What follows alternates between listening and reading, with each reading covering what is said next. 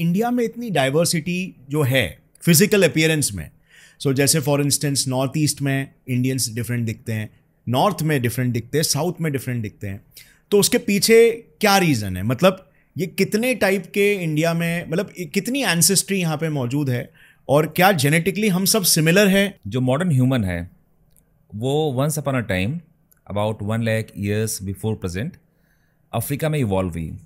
अगर आप 1 लाख साल पहले जाएंगे तो पूरे धरती पे जो ह्यूमन पॉपुलेशन थी सिर्फ अफ्रीका में थी।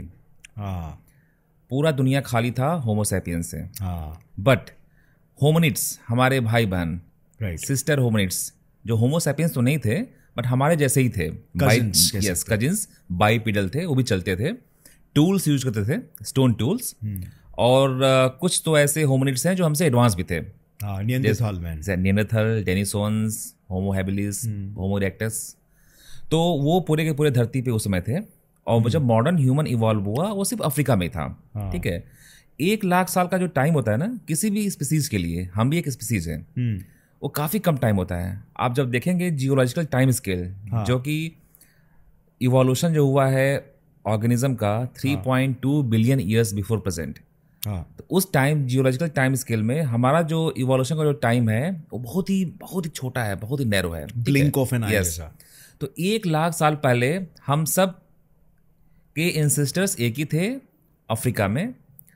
ईस्टर्न अफ्रीका से मूवमेंट स्टार्ट हुआ, और जो शायद जो सबसे पहला वेव था माइग्रेशन का वो टुवर्ड्स था साउथ एशिया। ठीक है, तो 60,000 साल पहले जो है मॉडर्न ह्यूमन एशिया में, साउथ एशिया में आ चुका था। ठीक है, और उन्होंने जो है कोस्टल रूट लिया। ठीक है, उन्होंने जो है मेन लैंड पे ज़्यादा हमें एविडेंसेस नहीं मिलते हैं, उन्होंने कोस्टल रूट लिया। बट उसके पहले भी यहाँ पे थे होमिनिड्स थे, और वो वहाँ पे इंडिया में पूरे के पूरे सब कॉन्टिनेंट में फैले हुए थे। उनको बोलते हैं, जो बनाते थे टूल, उसको बोलते हैं आचुलियन टूल्स। ठीक है, स्टोन के टूल्स बनाते थे। अब 70,000 साल पहले या 60,000 साल पहले जब आए मॉडर्न ह्यूमन, तो उनका इनकाउंटर उनसे हुआ या नहीं हुआ वो हमें पता नहीं है। मोस्ट लाइकली उस समय तक due to Toba ash mount, एक बहुत बड़ा विस्फोट हुआ था, ज्वालामुखी फटा था इंडोनेशिया में, उससे बहुत सारे जो है होमिनिड्स या होमोसैपियंस जो रहे होंगे यहाँ पर भी वो मारे गए, बहुत सारे फॉनल स्पीसीज भी मारे गए। तो वो अराउंड 70,000 ईयर्स बिफोर प्रेजेंट हुआ। तो उस समय तक तो हमें एविडेंसेस नहीं मिलते हैं मॉडर्न ह्यूमन के, बट 60,000 साल पहले से एविडेंसेस मिलता है कि मॉडर्न ह्यूमन यहाँ पे आ चुका था। अब आने के बाद क्या हुआ होगा, यहाँ पे तो टाइगर भी थे, यहाँ पे एशियाटिक लायन भी थे, लेपर्ड भी थे, और बहुत सारे थे चीता, प्रेडेटर्स थे। ठीक, उनका इनकाउंटर्स में भी इन जंगली चीतास भी थे यहाँ पे, चीता बहुत थे। मैंने तो चीता पे काम किया है, मैं उस पर बाद में आऊँगा। उस समय थे यहाँ पे। फिर जब यहाँ पे आए तो धीमे धीमे उन्होंने टूल्स डेवलप स्टार्ट किया, और वो सर्वाइव किए अंटिल 8 से 9,000 साल पहले तक। तो उन्होंने नोमैडिक लाइफस्टाइल को अडॉप्ट किया, और यहाँ के एनवायरनमेंट के हिसाब से अपने आप को ढाला, hunting and gathering. Yes, hunting and gathering. उसके बाद जो टाइम आता है वो आता है टाइम नियोलिथिक का। उन्होंने खेती बाड़ी करना स्टार्ट किया। तो हमें जो एविडेंसेस मिलते हैं 9,000 साल पहले तक का गंगा प्लेन में, उस समय तक यहाँ के जो लोग थे वो खेती बाड़ी सीख लिए थे, या बहुत ही प्राइमरी स्टेज में थे एग्रीकल्चर प्रैक्टिसेस को स्टार्ट करने में। ठीक है, हमें सबसे पहला एविडेंस मिलता है लहुरा देवा में, गंगा प्लेन में, जहाँ पे हमें मिलता है राइस का कल्टीवेशन के एविडेंसेस। ठीक है, उस समय के बाद से हमारी पॉपुलेशन बहुत ही तेजी से बढ़ना स्टार्ट हो गई। इंडिया एक ऐसा देश है पूरी दुनिया में जहाँ पे one of the oldest agriculture के एविडेंस मिलते हैं। हम पाकिस्तान को भी इंक्लूड कर रहे हैं, क्योंकि पाकिस्तान भी की एंसेस्ट्री भी हमारी एंसेस्ट्री है, कोई डिफरेंस नहीं है। ठीक है, अब उसके बाद क्या हुआ, नियोलिथिक रिवॉल्यूशन, जब खेती बाड़ी और जब पैस्टोरलिज्म स्टार्ट हो गया, तो पॉपुलेशन में सडनली एक बहुत ज़्यादा एक्सप्लोजन आया, और हमारी पॉपुलेशन बढ़नी स्टार्ट हो गई। तो जो गंगा प्लेन था एंड जो इंडस वैली था, यहाँ पे काफ़ी नदियाँ थीं। गंगा प्लेन में गंगा थी, यमुना थी। ठीक है, उसकी पॉपुलेशन बहुत ही रैपिडली इंक्रीज किया। 3,000 साल पहले तक आते आते हमारी पॉपुलेशन बहुत ही ज़्यादा हो चुकी थी। अगर हम देखें तो पूरे दुनिया में उतनी पॉपुलेशन 3,000 साल पहले भी कहीं पर नहीं थी। ओके, ठीक है।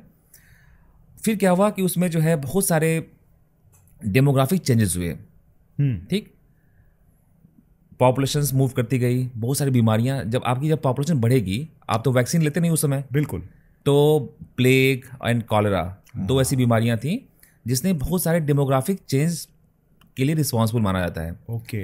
अगर किसी गांव में या किसी सेटलमेंट में कॉलेरा हुआ, तो अप टू 70 to 80% वहाँ की पॉपुलेशन पूरा का पूरा वाइप आउट हो जाती थी, बिकॉज डेंसिटी बहुत ज़्यादा। तो जो 20% बचे वो मूव किए दूसरे रीजन में। ओके, ठीक है। जब मूव करते हैं लोग, जहाँ पे जाते हैं वहाँ पे जो लोकल लोग होते हैं उनसे क्या करते हैं, एसिमुलेट होते हैं, उनके कल्चर को अडॉप्ट करते हैं, अपने कल्चर को वहाँ पे कुछ देते हैं। राइट, ठीक है। वहाँ पे फिर एक अलग से एक स्ट्रक्चर, सोशल स्ट्रक्चर का फॉर्मेशन होता है। ओके, ठीक है। तो जो एंसेस्ट्री का जो फॉर्मेशन हुआ इंडिया में, डिफरेंट एंसेस्ट्री, उसका जो रूट है काफ़ी पुराना है। बहुत पहले से यहाँ पे बहुत सारे एंसेस्ट्रल ग्रुप्स बन चुके थे। ठीक है। अभी ये मानते हैं कि पूरे इंडिया को अगर बांटा जाए, except north east of India and Austro Asiatic tribes या जो लोग हैं, तो पूरे के पूरे इंडिया को, अंडमान निकोबार वो सब, हाँ, अंडमान निकोबार को तो आप छोड़ दीजिए, मैं नॉर्थ ईस्ट इंडिया की एंसेस्ट्री थोड़ा सा अलग है। Okay okay. ओवरऑल इंडिया को ऐसा माना जाता है कि north Indian and south Indian को अगर बांटा जाए तो ANI और ASI एंसेस्ट्री बोलते हैं, ancestral north Indian, ancestral south Indian. Okay okay. But उसमें प्रॉब्लम क्या है कि अगर आप दोनों के एंसेस्ट्री को कंपेयर करेंगे तो उनकी एंसेस्ट्री सेम है, लेकिन जो उनका जो डिफरेंसेस हैं 1 to 2% या 3%, उन डिफरेंस को लेकर के, जो कि डिफरेंस कंसिस्टेंट है, जो साउथ इंडिया में वो नॉर्थ में नहीं है, जो नॉर्थ में वो साउथ में नहीं है, उसके बेसिस पे ऐसा बांटा गया कि ओके, ये नॉर्थ इंडियन अलग हैं, साउथ इंडियन अलग हैं, on the basis of that marginal ancestry. ठीक है, राइट। तो एक नैरेटिव चला दिया गया कि नॉर्थ इंडियन अलग हैं साउथ इंडियन से। ठीक है, डिवाइसिव नैरेटिव। यस। और जो उसके बाद क्या हुआ, बहुत सारे जो है ऋग्वेद के हिसाब से, जब ऋग्वेद लिखा गया होगा आज के 5000 साल पहले मान लीजिए, ठीक है, इसमें डिबेट है, बट मैं मानता हूँ कि Rigveda at least 5000 years before present रहा होगा। ठीक है। उसमें जो है कर्म के हिसाब से बहुत सारे ग्रुप्स बने। ठीक है। हम देखते हैं जेनेटिकली कास्ट में, 2 कास्ट में जो डिफरेंस है उसका कोई भी जेनेटिक बेसिस नहीं है। ठीक। और जो ये जो बना ना कास्ट सिस्टम, उसका जो सबसे जो अर्लीस्ट जो जाता है डेट, वो जाता है 2000 साल पहले। ऋग्वेद तो लिखा गया 5000 साल पहले, लेकिन जो कास्ट का जो जेनेटिक बेसिस मिल रहा है 2000 साल पहले। 2000 साल पहले तो जो है सारे के सारे लोग एक ही थे। राइट। ठीक है। तो इसका मतलब कि जो कास्ट सिस्टम रहा होगा वो पूरा का पूरा अपने कर्म के हिसाब से या सोशल स्ट्रक्चर के हिसाब से, सोशल स्ट्रक्चर, उनका फाउंडेशन बना रहा होगा। राइट। फिर जो बाद में टाइम आते आते, जैसे आपने बोला कि अगर 10 ग्रुप है और एक ग्रुप में 100 लोग हैं, तो उस 100 में से जो है 2 लीडर बनेगा, या 5 बनेगा लीडर, या 10 बनेगा लीडर, बाकी क्या रहेंगे, उसके फॉलोअर्स रहेंगे ना। किसी भी मैमलियन स्पीसीज में एक हायरार्की होती ही है। तो कास्ट सिस्टम का जो फॉर्मेशन है that is not on the basis of genetics. उसका जो हायरार्किकल कुछ सिग्निफिकेंस रहा होगा, डोमिनेंस रहा होगा, उसके बेसिस पे कास्ट सिस्टम बना हमारा। ठीक है। और अभी भी ये देखा जाए कास्ट सिस्टम भी काफ़ी स्ट्रांग है। नॉर्थ इंडिया में या गंगा प्लेन में अगर 2 कास्ट के बीच में देखा जाए डिफरेंसेस तो है, बट ग्लोबल लेवल पे जो डिफरेंस है वो काफ़ी मार्जिनल है।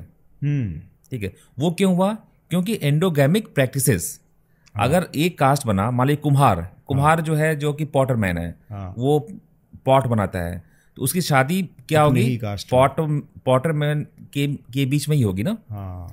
तो उसकी वजह से क्या होता है कि उनकी जो जेनेटिक डिफरेंसेज हैं दूसरे कास्ट से, वो डेफिनेटली अलग हो जाएंगे। ठीक है। इसके कारण हमारे बहुत ही एक काफ़ी स्ट्रेटिफाइड जेनेटिक स्ट्रक्चर्स बनते हैं इंडिया में।